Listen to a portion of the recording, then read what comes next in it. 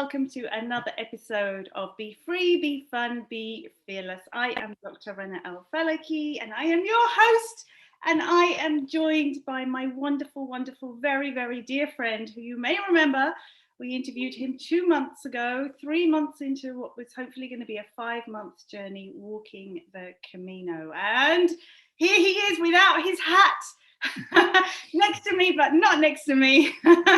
Gideon Nielsen. So I better just explain a little bit more about you for those who have watched it. For anyone who's watching this for the first time, I'd strongly recommend you go back to, I think it's episode 4 or 5 of this series to see where he imparts his wisdom and his story. But we're going to be going way beyond his story today. So Gideon is author of Your Unique Journey, founder of A Journey Navigator, is an adventurer, is a traveler, has been a pilgrim practicing presence. He has walked through so many countries and decided in June that he was going to walk all the way from Viborg, northern Denmark, right? Mm-hmm. Northern Denmark through 5 countries. So Denmark, Germany, Belgium, France, Spain, to Santiago and beyond to the end of the world. Hello, my darling. Hello. Yeah, I made it just 1 day shy of 3 months, I guess. Yeah. Or 5 months, I should say. 1 day shy of 5 months. Pretty phenomenal achievement. How are you feeling? I mean, right now I feel a bit tired and emotional. I was up all night actually making my last video. I don't know. Sometimes I just felt like I sort of had to get that done. And of course, I feel tired because I didn't sleep so much. So, but I feel quite good. And I'm in one of my most favorite places in the world. The sun will shine the next 6 days. So can't get much better than that right now. And I look forward to just calm down a bit and yeah. Yeah, I imagine you're probably still running on a mixture of emotions and adrenaline and all kinds of things keeping you going at the moment. Yeah, I won't call it adrenaline, but I have, for some reason, I have the day or the night when I came in and the day after, I felt quite intense in my stomach for whatever reason, and it's been sort of, yeah, I don't really, like we will get into, I don't understand why or how this happened, or like when I look back, but I think I'm just in a state where I'm just calming down slowly, hopefully, and just to sort of reflect, so yeah, it's all good.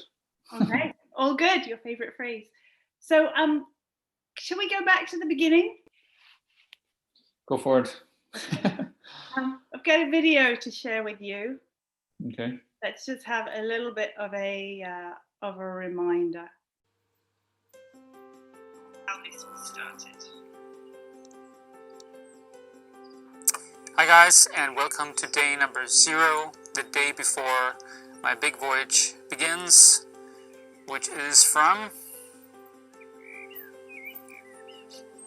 Viborg in Denmark to Paris to Santiago. I was out for a walk, which I have been every day, sometimes 3 times a day, the last month and a half. I walked out to the ocean, and as I got to the ocean, I thought about why not walk from Denmark to Santiago in Spain. And that is the only time within these a month and a half where I felt some genuine inspiration and happiness through this process of figuring out what my life brings now, and letting go of a lot of things that I've carried for the last many years. And I just didn't feel like anything else would make sense to do. If I'm supposed to do this long walk, which I find or feel like there's a great inspiration for, then the time is now. The time is now to walk toward a new life, whatever that means, and to just be open to life and completely open to what it will bring. And with the thought that I can always stop checking in with myself. You know, what's the state, status? Yeah, I don't feel like stopping. I feel there's a fire in my stomach, feeling it's a fire to continue. Fire to explore this, whatever it is. And just open to what can happen. As I said in my number 1 or 0 video before I started walking the day before, there's 3 sort of main reasons why I am walking in some sense. I really have a big wish for a relationship, a healthy relationship, one I can have a family with, and that's been like that for a while, but it really is something I would really enjoy and like. The other is build on a career, build on what I want to do for a living for myself. And of course I have many ideas. As a writer, really want to help people some way, I feel I have some expertise with meditation and other things. And those 2 things I'd like to put on in a place that's called home. A place where I love to be, love to live, around nature, quiet, and where I can maybe grow a garden or have a basketball hoop or, Over the next month, I will most likely begin to walk a bit further every day, because even though that it will take long to get to Paris, and if I reach Paris, I'll definitely head to Finisterre. It would be hard not to. The next period of time I will feel stronger, I'm sure, so I will be more confident in walking further. I don't have to hurry, of course, but still be open, flexible, but still have sort of a rhythm of that this is way of life right now and walking every day. Take life as it comes. Who knows what opportunities can lie ahead. Croissant with chocolate. Is there anything better? I don't think so. I don't think so.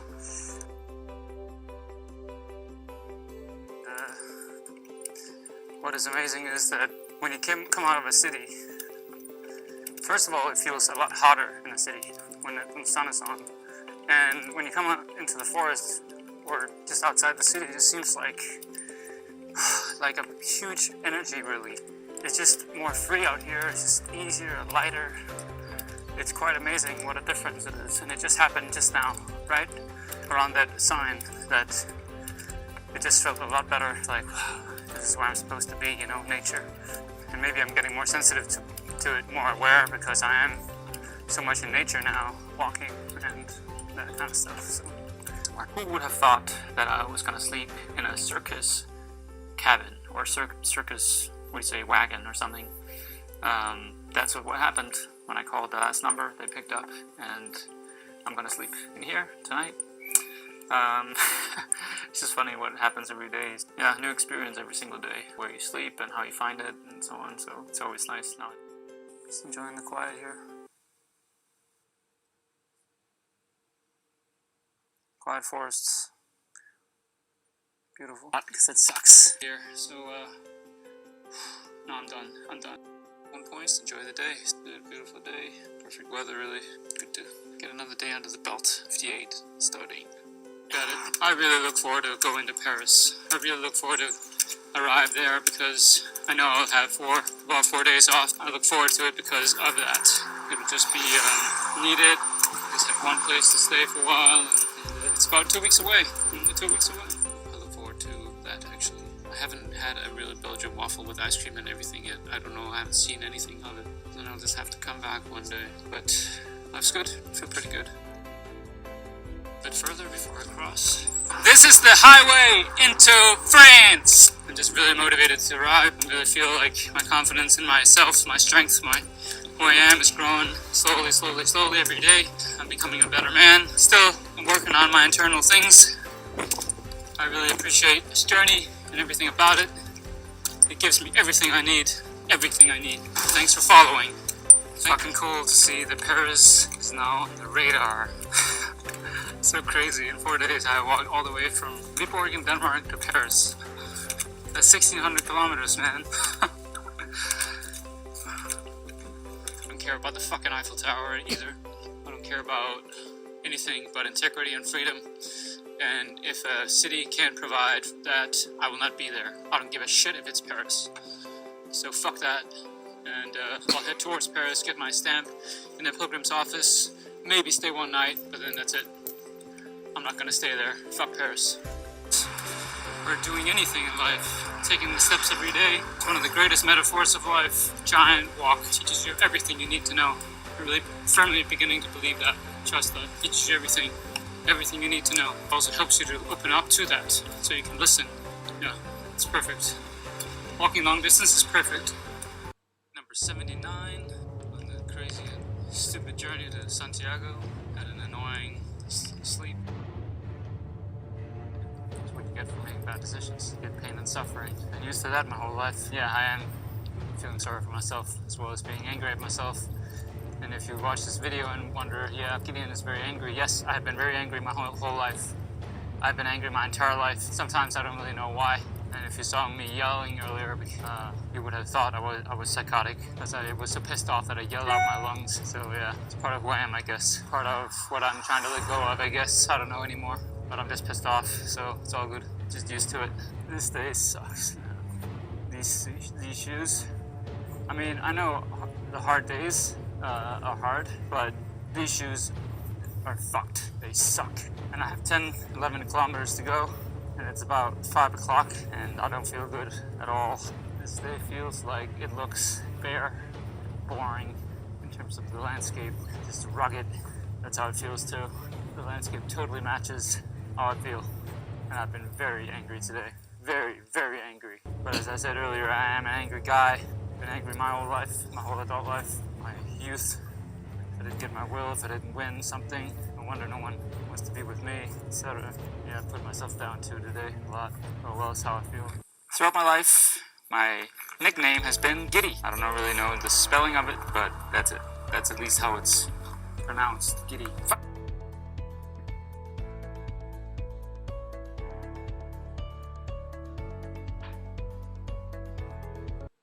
Okie dokie. Where do you want to start? Can you remember half of that? Yeah, it's funny because like the beginning, it really looks like it looks like someone I might remember, or like, yeah, I don't know, a less grounded individual maybe, or something. I don't know what word to put on it, but it just seems less together, kind of. I saw a lot of lower energies, a lot of ego perhaps in there, a lot of anger, a lot of up and down. And it reminds me of our last conversation when you split the Camino into 3 parts, and it felt like there was a lot of physical and the mental side. The battle was starting to come in. You know, 1 minute you're happy, 1 minute you're angry, 1 minute you're sad. Yeah, I mean, the first 2+ months was definitely the hardest, for sure. Like, I was angry. I mean, the interesting thing about walking is that it's so simple. Like, it really gets us back to ground level, like literally. You know, you walk. That's all you need to do. You need to just take the steps, and then the wonders of our universe makes our body, mind, and spirit start a process that makes what we try to hide, or the darkness of ourselves, or, you know, what we suppress, or whatever it might be, it will come through you. Like, it just will. You can't hide that from happening or stop it from happening. And I was very angry because I have been angry. I've been very angry the last 10 years because I've suppressed myself so much based on, things I didn't understand, people that maybe probably didn't want the best for me. Especially close relationships, and my dad's parents, and those things have sort of, it just made me. It's just been a natural thing, or like an automatic thing, I should say, that I just suppressed myself, and that I became angry instead of expressing my truth. You know, And that definitely came through. Like the first 2.5 months, I mean, I was so furious so often. And it was not because I didn't have good days. As you could see, I had great days as well. But the underlying thing was that energy was just that it was coming through. And on day 79, that was the peak of it. That was, I don't know if I've been as angry in my life before, but that day it definitely came through, and it came through very honestly. I accepted the fact that, okay, I'm just an angry guy, How true would that be now? Yeah, I'm definitely not. But it was just sort of like, I think it came out with honesty. It came out, okay, if this is who I am, okay, then that's fine. Like, and all of that was just based on what I felt or what I experienced during during that day, especially. So I think it was also, it was both the experience of it, but it was also like, okay, I accept the fact that that is actually the case, that I was angry, that I am angry. And that was part of the release, I think, that it was part of me, has been part of me. Yeah, because what is his name? Carl Jung says, our dark side or makes us whole, and I think it's good to. It's really that's why I now can conclude that walking is so valuable, because it will reveal yourself to yourself, and you will experience who you are regardless of the positive or the negative, to just put it on two sides, and it will just make you see that you can actually be who you are, even though you have whatever sides it is. And when you experience it and you see that it won't kill you, or it won't be this, the negative won't be who you are all the time, or like maybe a lot of the time even, you will experience that you have that in you and have a respect for it, or develop some kind of humility towards, whatever that you need to work through or had to work through or whatever. But I just think that the experience itself is really healthy, because you know that, okay, I can be that way. I am maybe not that way all the time, or maybe 99% of the time, but okay, it was part of me, it is part of me, that's okay. And sort of accept that, yeah, that's part of growth, to experience that side of oneself, but not to be attached to it, of course, and be stay in that negative state or whatever it might be. So Yeah, that word acceptance is so important, isn't it? But I think there's something before that which obviously came out. I mean, the thing is, you were already an awakened being, quite pretty conscious in the first place. But there are a lot of people who know, say for example, that they're angry, or it comes out. I see it a lot with my clients where it comes out with anxiety, and they just accept they are angry people, or they're very anxious people. We see that so commonly now. And they don't they just accept, they just think that's part of them, and it comes out with anger and resentment as well, and that they think, well, that's part of them and tough, that's just me. And they don't recognize that they can shift or release that through a true acceptance process, which is obviously what you went through, something that is a true journey into yourself. Yeah, I mean, I can elaborate a bit on that day, because it was a very climax kind of a day. Like, I think it was definitely a build up to. I mean, the days after Paris was really difficult. I think that I stayed 3 days in Paris, and for some reason, I think that it got me out of my rhythm. I was not walking every day. All of a sudden, 3 days off. And I think it was just kind of a restart. It was sort of like, okay, I'm walking again. It was not like, I mean, I knew I wanted to get going again and all that good stuff, but it was like the experience was that, okay, I had taken 3 days off. That was, I guess, a lot.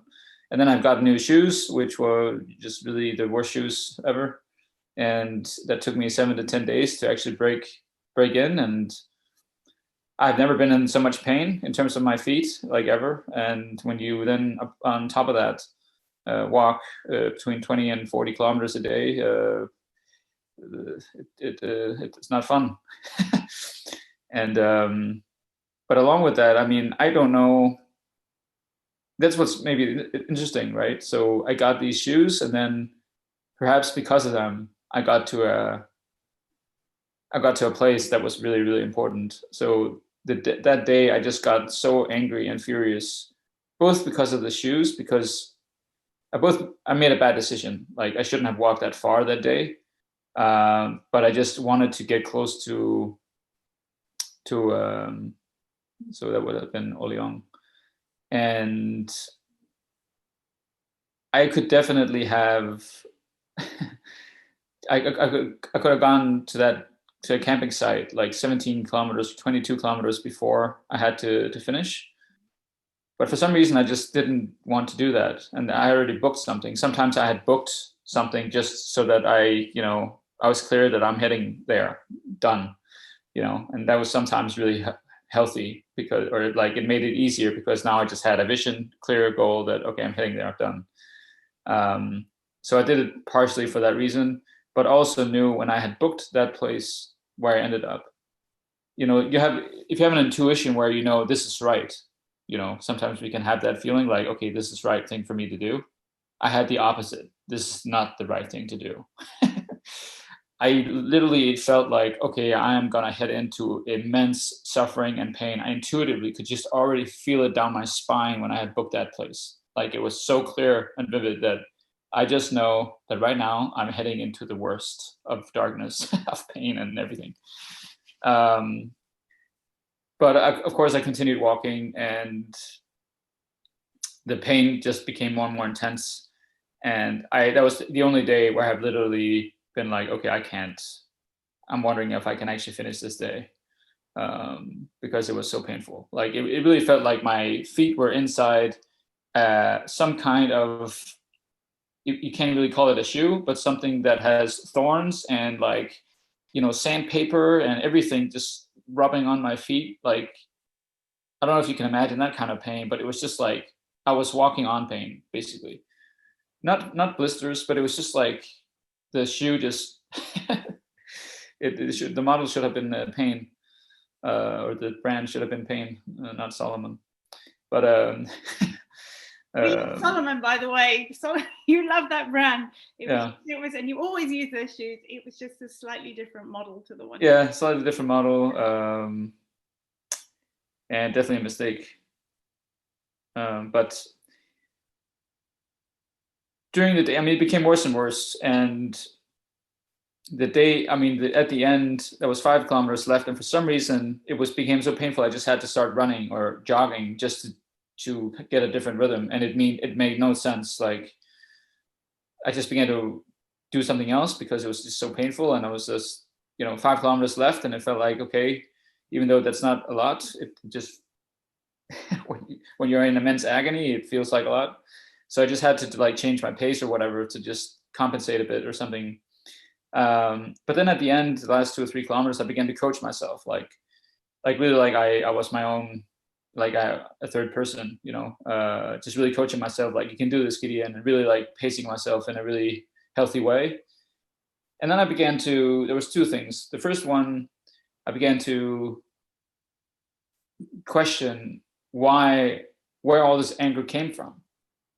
In this pain, I was so furious, but I was also like, I'm very inquisitive in terms of like at the core, I'm always asking questions. Like, I don't even have to think about it. I just ask questions to question life, question everything. So at this point, I just began to really ask myself, like, out loud, why am I so angry? Why have I been so angry? Why am I so angry? Why is this happening?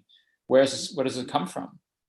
And I looked at the 3 relationships I've been in where I have been very reactive and angry at times, and I'm wondering, that's not from there. Like, I was not. I mean, it must have come from somewhere else.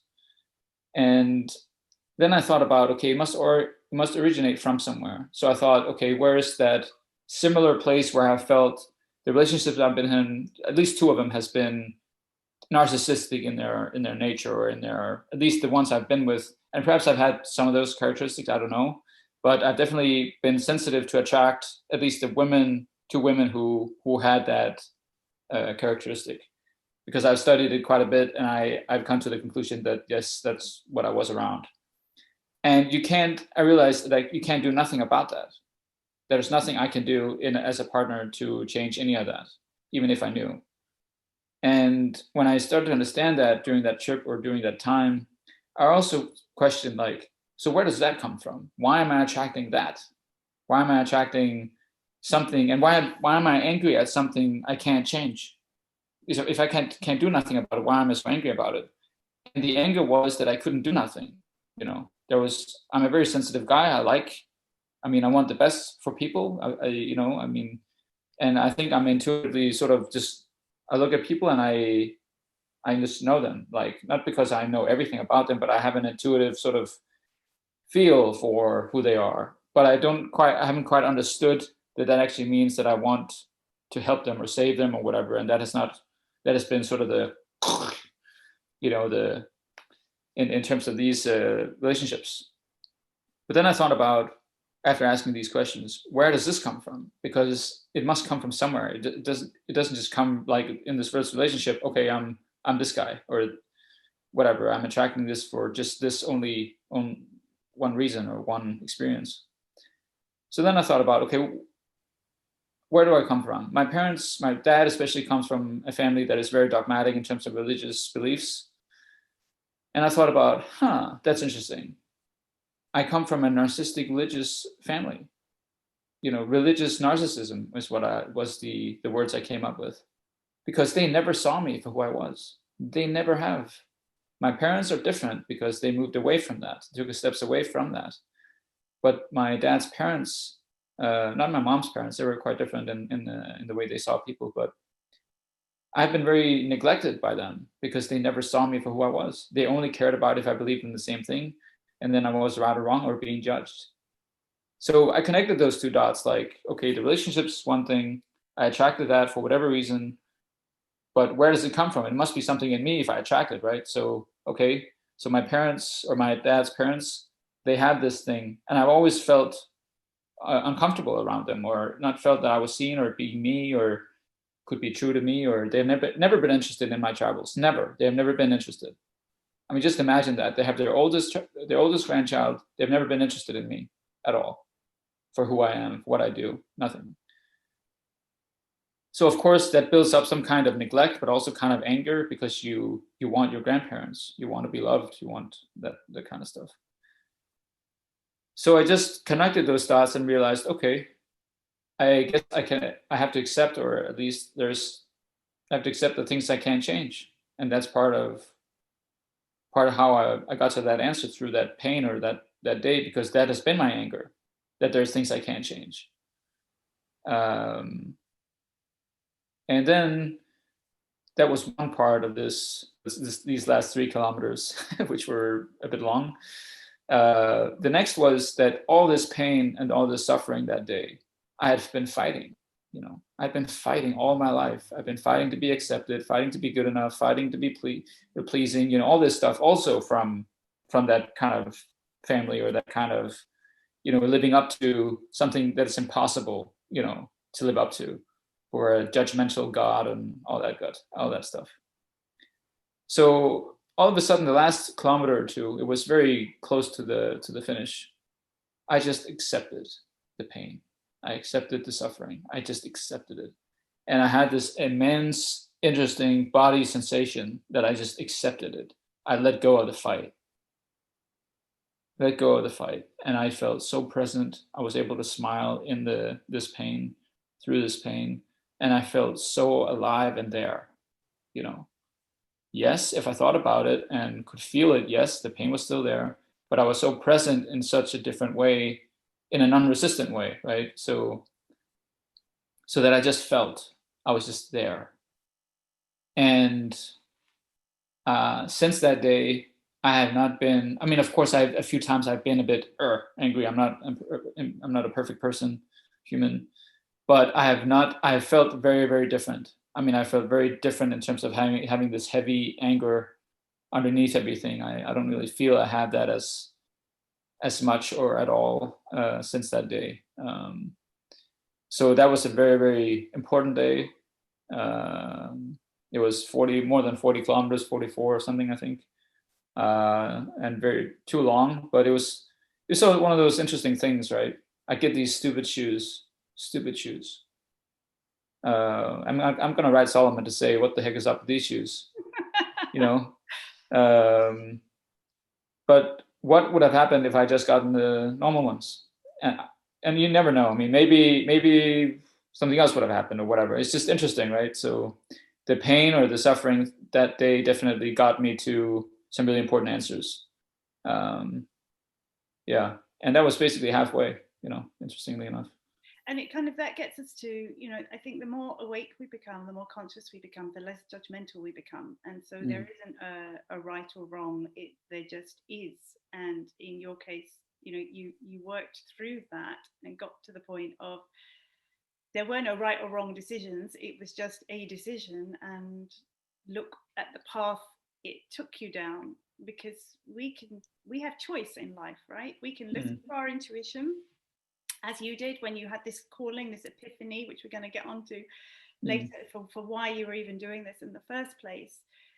But ultimately, so we have choice. We can be open enough to follow our guidance and our intuition. Some of us aren't open enough to do that, and whoever isn't, I would really urge you to work on that, because it can take this phenomenal heights. But we choose, and we can choose a particular path, and so there is no right or wrong. That's just the path we've chosen, and and we'll end up somewhere. There will always be a destination, and in your case, there was a daily destination, which we talked about in our last interview, about that you always arrive. How much do you agree with the idea that, okay, you could take this path, we're not doing with any judgment whether it's right or wrong, this is, and then obviously there are lessons to be learned, which you learned, about getting you back on a path of your destiny? I mean, how much of that is part of your belief system?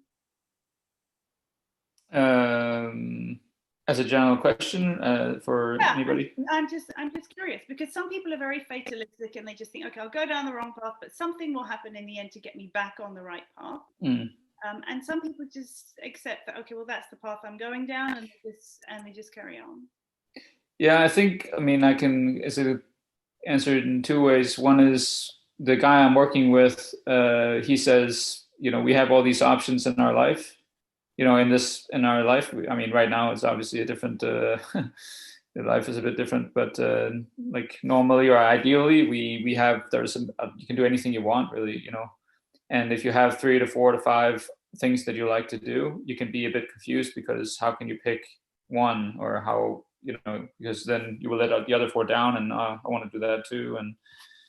But then he says, just pick one of them. Just pick one of them and just do it 100%. Do it for 6 months, a year. Do it for a really good period of time, and then you will realize that the other things that you like probably either wasn't what you liked, or they will become part of that one thing anyway, in a different way or whatever. But the main thing or answer is, I think, is to really do one thing, to choose a path and just do that, and just trust that you will get to the point where you need to be. And I honestly think that, and I don't know if that's right now, but to talk about this in terms of how it started, but I was on another podcast yesterday with my friend Stefan, and well, we talked about that, or my answer was that I think the universe trying to just tell me, okay, Gideon, you've been running in circles now for quite a while. I have given you this clarity now, and you got to do this. And you're being pulled here, and there's nothing you can do about it. So now you do this for 5 months, and your life will be different, but you need to do it. And I will pull you, but you need to do it. And I think that's the weird thing about this journey for me, that I really feel like I've been pulled in such a way that I haven't really felt like it's been much of a decision. I've just followed something. And yes, I do feel different. I know that there's a lot of things that are different now, but I still have to sort of wrap my head around that. But I think that doing this for this long, has made me come clear in terms of things I like, who I am, and so on. And of course, that's never complete, but it's been a path for a long time now, long enough to know that there, to process things, to let go of some, and to gain others or whatever. So I think that the idea of just taking or picking one path, even if it's you feel like it's a decision or being colder, I don't know how to. It's a bit an odd. I don't know how to explain or answer that, but I think it's important to figure things out you like and just pick one for a while, and then you'll see. Carrying on with continuing on from that, I'll share the messages that I got, because when I walk, for me that's my meditation. I mean, it is, right? It's a form of meditation. So I'll often kind of get downloads then, and I remember walking in northern Spain the year before last or whatever, and I just had these massive downloads. I had to sort of sit down and write stuff down, and they were talking about paths. And very much about, of course, life is a journey, not a destination. And sometimes that's, and enjoy the journey, which can be very difficult when you're going through very tough times. I know from my own life, when I think about that, it's kind of like, how am I supposed to enjoy this bullshit? Yeah. Torture, this pain that I'm going through. But of course, you've talked about that to some extent. But it was also that as life pulls us, where we do have this form of choice, sure, we veer off the path, and quite often not for ourselves. We do it for other people. But what can happen is we get too, and I think this came to me because, like you, I've been in very, very narcissistic, emotionally abusive relationships my whole life. And that we can go down another path, but we can forget, we can stay down that way too long with somebody, trying to help them on their path, that we forget and potentially lose our way back to our own path. Yeah. And that becomes our downfall. That's when we get lost. And I can relate to that definitely in my own life, because I know whenever I've eventually found the courage to end those relationships, and it's always been me ending them in the end, and it's like it has taken all of my energy to get out of them. But it's like I've suddenly found my way back, and those were almost, I realized those were almost the words I was always using. I found my way back to me. I lost me, and I wanted to be me again. And I'll give you one more bit, and then I'd love you to discuss that. Is again the emotionally abusive relationships and all the rest of it, and it does come so much from so much from how we've been brought up, what's happened to us in the past, but it comes from I realized it comes from a deep centered feeling of not feeling worthy of love, not feeling good enough. And sometimes people would look at your life and think, what do you mean you're not worthy, aren't worthy? I mean, look at you, and in my case it was, super successful career. What the hell are you talking about? You've got so much going for you, but deep inside it wasn't there. And so I always had this massive need to, I suppose maybe to feel needed. And so would want to be this everything for this person so that they would love me. Instead of loving myself and focusing on that being the most important thing. Yeah. How can you relate to that? I mean, I think the short answer is, pleasing, wanting to live up to something that you can't live up to, really, because what you're trying to live up to is not who you are, but something else, or someone else is trying to impose on you. And I think, I won't say that I think my grandparents neglected me a lot more than because I won't say my parents had neglected me. Like, they came from something that they wanted to get away from as well. But they also that's what they had, especially my dad, and that's what he came from. He had nothing else to give but the religious stuff. So he had to spend like 10 or 20 years of his adult life actually moving forward and out of that, while raising kids, having that past that he had. But I think I have just been I'm just automatically been trying to please trying to please, to be good enough, and been afraid to just not been afraid, but yeah, maybe I guess been a bit afraid to do my own thing. But interestingly enough, I've always been inquisitive. Always been asking questions to my parents, why this, why are we doing this, always. And I think kids do that, but I've continued. Like I was persistent, and I continue to do that. And yeah, I think that's yeah, I don't know how else to answer that, but I think that's that's been my, at least, a process to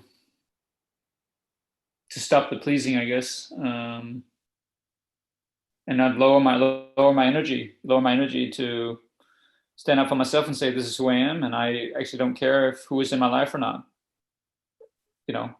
And I think that's some of the things that I have gotten to a point now where I feel like, okay, it's very easy to think about. It's easy to think about how other people think about you, But when you're confident, it's like it's not even there.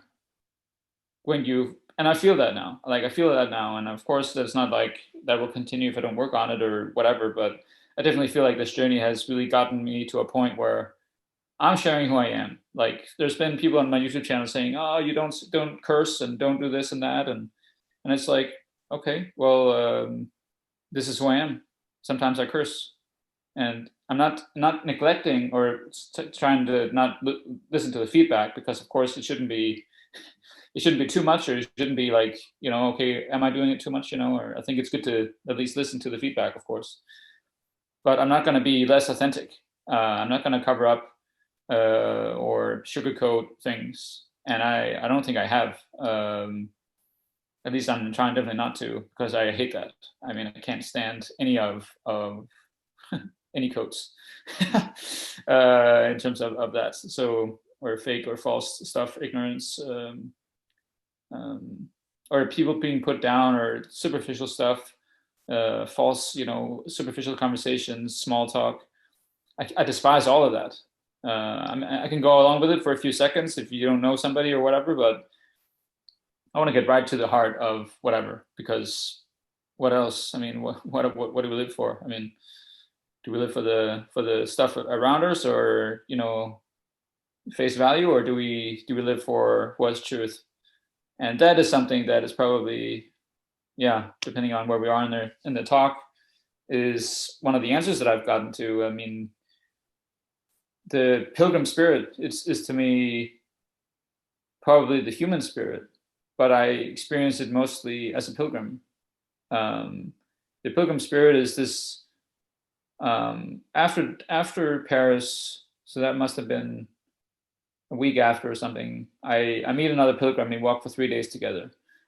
And after the 3 days, I'm sort of wondering, how and why do I feel so attracted to being a pilgrim, first of all? Why do I feel, when I was in a German church house where there was nobody, but it was open for pilgrims, so you could walk in and donate, and you could, how come they allow you to do that? How come that's just, and there's an open door? Why are there churches who just allow pilgrims to come in? Why are so many people nice to you when you walk far? Why is it that pilgrims are so bonding in such a way? Like I experienced something very, so magical here the day before I finished walking into Mushia. And I can explain that later, but the whole question about why is it that I feel such pure love, or pure aliveness, or whatever it might be, human spirit or whatever, being a pilgrim so often. And why is it that I feel that when you meet other pilgrims, you bond so fast? What is it that makes it so, and the journey itself and all that comes with it? And my answer is that the pilgrim spirit basically is about truth and trust. That's what it's about. trust, because you very fast feel bonded with the other pilgrim, and it's not to say that it's everybody, but the far majority of my experiences are very, very positive. And you bond so fast, you feel very safe, meaning that you feel trust. So when you do, you open your truth up to them. You open up your heart and you share your truth. So within a very short amount of time, you just know each other like so well. And I think it was a few days before Burgos in here on the Camino in Spain, where I met Roberto from Italy. And he was on a hill looking at the sunrise with his backpack on. I came towards him. And we walked together for a couple of hours and we bonded very fast. We probably walked together for 2 or 3 hours. And I saw him once after that at an albergue where we just had a hug and a short talk. That's it. But our bond was so strong, we kept in touch. He got to be 2 days ahead of me because he walked further. And he reached Santiago 2 days before me. He then went out to the coast where I am now. And he then went and he wrote me a message saying, hey, go to this place to stay and eat at this restaurant. It's good just to give me some information. Because he thought I was going to come into Finisterre, meaning that he probably thought I would not see, I would not see him. And I good news for you, pal. Or I was like, I'm coming your way. I'm coming to Mashiach first.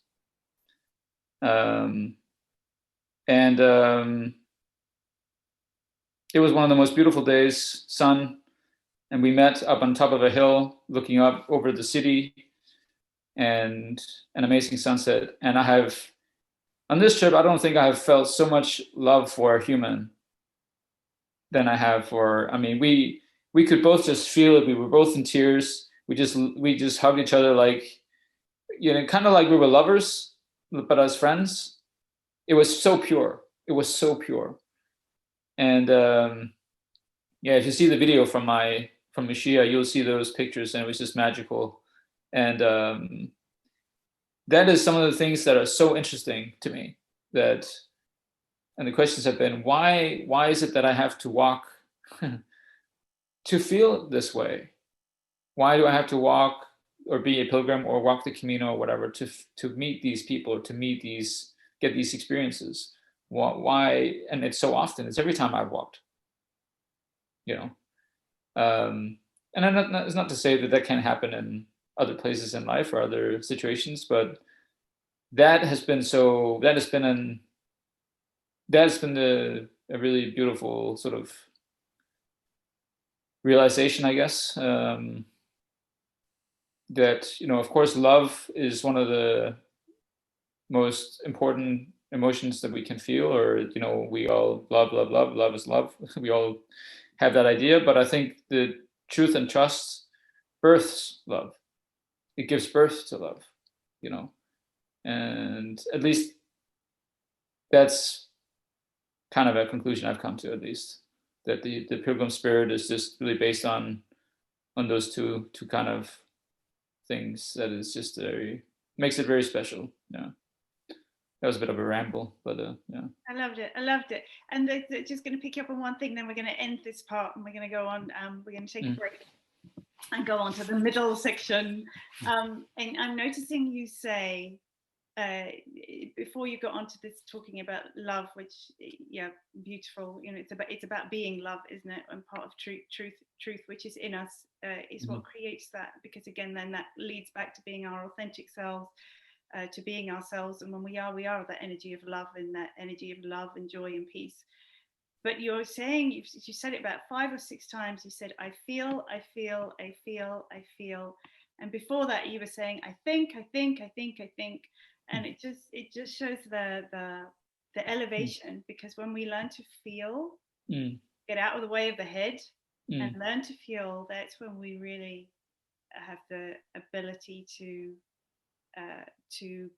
grow, to experience and to grow, and that's certainly what I saw in your journey, which we're going to come on to. Yeah, it definitely.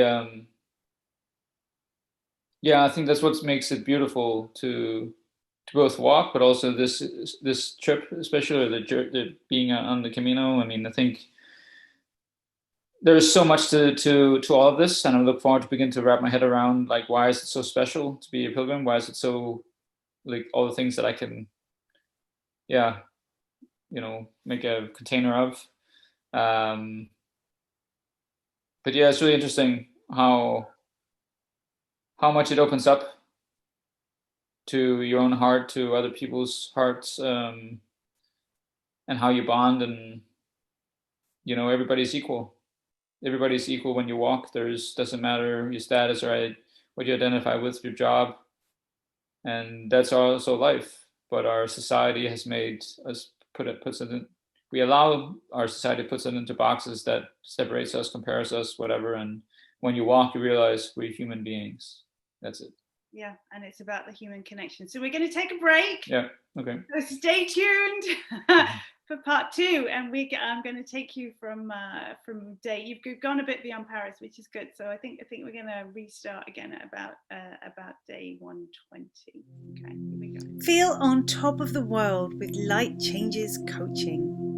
Do you feel like burying your head in the sand, hoping it will all be fine when you come out?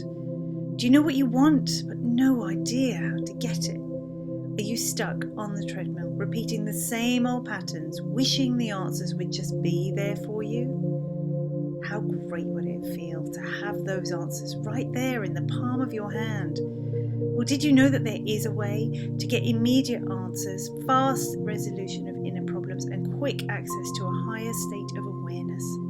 After 20 years of helping people, I have perfected a special technique that allows you to tap into your intuition. Connect with your intuition in just 5 minutes a day using this special technique, Dr. Rana's gift technique, the guided intuition and fulfillment training, and you can have those light bulb moments every day. So get what you want, a job that gets you excited when you get up in the morning, a relationship where you can look across the table and think how much you love that person, a body that you're proud to have and look in the mirror and absolutely love, a bank balance that you're not afraid to look at. My gift to you is simple, quick technique to access your intuition and give you the instant answers you need to get unstuck without having to do lengthy meditations. So head on over right now to lightchangescoaching.com and download yours.